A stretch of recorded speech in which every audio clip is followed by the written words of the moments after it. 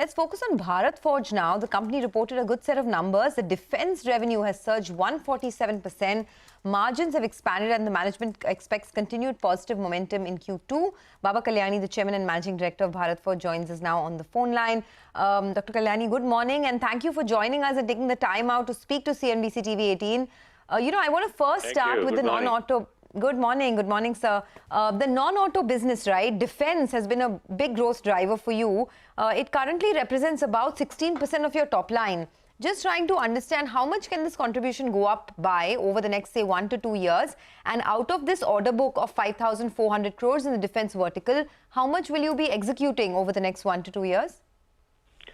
You see, last year we executed roughly about 1,200, 1,300 crores, something like that. That was our first year of our defense business in terms of execution, large execution. This year we should be roughly about 2,200, something like that. And a large part of this defense business that we have and the order book that we have is all exports.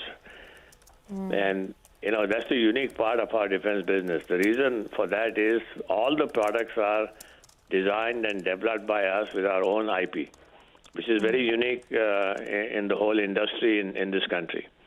The domestic defense business will hopefully start towards the end of the year when a couple of large contracts will get negotiated and finalized.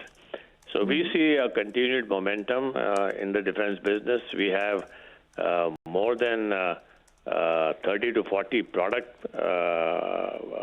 that we are going to launch, or let's say in the process of launching. So we are very confident about it. Okay, so you're saying you have more than 30 to 40 products that are in the process of launching, and you will execute 2,200 crores of defense orders this year, which is in FY25. So currently your defense revenues, right? You're sitting on around 650 crores of defense revenues. What is the kind of growth, realistic quarterly growth that we can expect in the defense top line? In the defense business, it's very difficult to give you a quarterly growth because it's a bulky business. You get an order and then you finish it. By the time you get the next contract, it takes a little time. But if you take it over a period of, let's say, 3 years, I think one should expect at least doubling of the defense business. So, Mr. Kalyani, in 3 years, doubling of defense revenues. Yes. So FY28, basically? Yes, I think one should look at if you are a good defense company, you should, in the current environment, be able to double your defense revenues at least in the next 3 years. So if we are going to do 2,000 crores now, we should be able to do 4,000 in FY28. Okay, got it. And of course, defense spending around the world is at an all-time high. So point taken, sir. And this would overall, would India business, the domestic business, by that time be a significant portion? I mean, you spoke about some of those large orders coming through by the end of this year. We are currently on 4 or 5 major programs which are under finalization by the Ministry of Defense. Hopefully, they will get finalized towards the end of the year. And we would see execution of that in, let's say, beginning of next year. Hi, Mr. Kalyani. Good morning, and thanks a lot for speaking to us here on CNBC TV18. The board has taken approval of 2,000 crores of fundraise. By when do you raise this money? And for what do you require this money? I mean, is there some inorganic plan that you have in the past? A couple of those government assets is what you're looking at. Has there been any progress? And is this fundraise for that? Largely, we want to expand our Indian manufacturing. That is the whole idea of the fundraise. We believe there is a huge opportunity to increase Indian manufacturing. So we want to increase our manufacturing footprint in different states in India. There's a lot of opportunity. There's a lot of growth potential within the country and a lot of, let's say, business that will come from places like Europe and North America into India. So we need to create much more capacity, and a lot of this is in different kind of products. Bharat Forge was known as a forging company for many years, for almost, let's say, 40, 50 years. Today we have 5 different verticals. And clearly, we have developed multiple technologies to execute businesses in this vertical. Now, this allows us to create far more opportunities going forward. So by when do you raise this money, sir? And is there a possibility that BEML, a stake, are you still interested in it? Has there been any move? We've asked you quite a few times, but has there been any movement there? No, not yet. And by when do you raise this money, 2,000 crores? I think, we have taken an approval of the board to raise money. We now need to figure out how to raise it, in what form to raise it. But hopefully in the next few months, we will do it. Okay. We don't have so much need for money right now. We have almost 2,500, 3,000 crores on our balance sheet. So you'd safe to assume you'll do it, opportunistically, when you need it, when you see something fructifying. Exactly. We are working on multiple, manufacturing footprints to be developed within India, because we want to grow our Indian manufacturing, grow it, multiple times of what we are in the next 7-8 years. Dr. Kalyani, I must say that it is really commendable. I mean, you were talking about how you started off 30, 40 years back as a forging company, and then you transitioned so seamlessly into some of these fast-growing sectors, whether it's aerospace, whether it's defense, so hats off to you for that.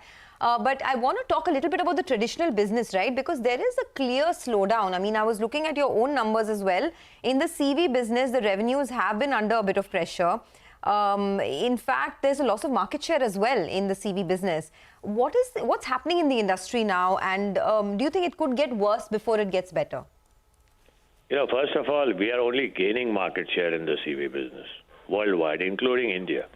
Okay? Yes, the CV business by itself is a little slow because of all the headwinds that you see in Europe and beginning to see in the United States.